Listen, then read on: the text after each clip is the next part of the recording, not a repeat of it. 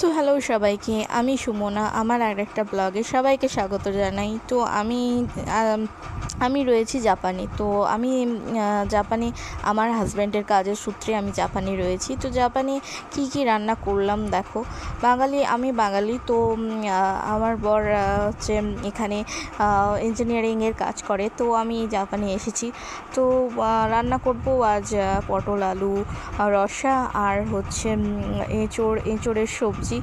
তো এঁচোড়টাকে ভালো করে কেটে বেছে নিয়েছি আর পটল আলু ভাজতে দিয়েছি। পটলের রসা করব।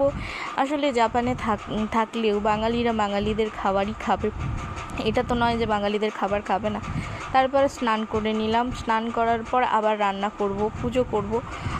বাঙালিরা যতই হোক, বাঙালিরা যেখানেই যাক না কেন, নিজেদের নিজেদের রিচুয়ালসগুলো তো ভুলে যাবে না, নিজেদের ভুলে যাবে না। তো তাই আমি করলাম। আমি ধূপ দেখিয়ে পুজো করলাম। পুজো করার পর আমি আবার রান্না করতে চলে এসেছি। তো রান্না হয়ে গেলে তারপরে মাছ ছিল ফ্রিজে, মাছ ভাজবো। তো আমার ব্লগ কেমন লাগছে বা কেমন লাগে একটু প্লিজ সবাই কমেন্ট করে জানাবে। আর ভিডিওতে লাইক আর চ্যানেলটাকে সাবস্ক্রাইব করে যাবে। রান্না বান্না হয়ে যাওয়ার পর আমি গিয়েছিলাম কনভেনিয়েন্স স্টোরে।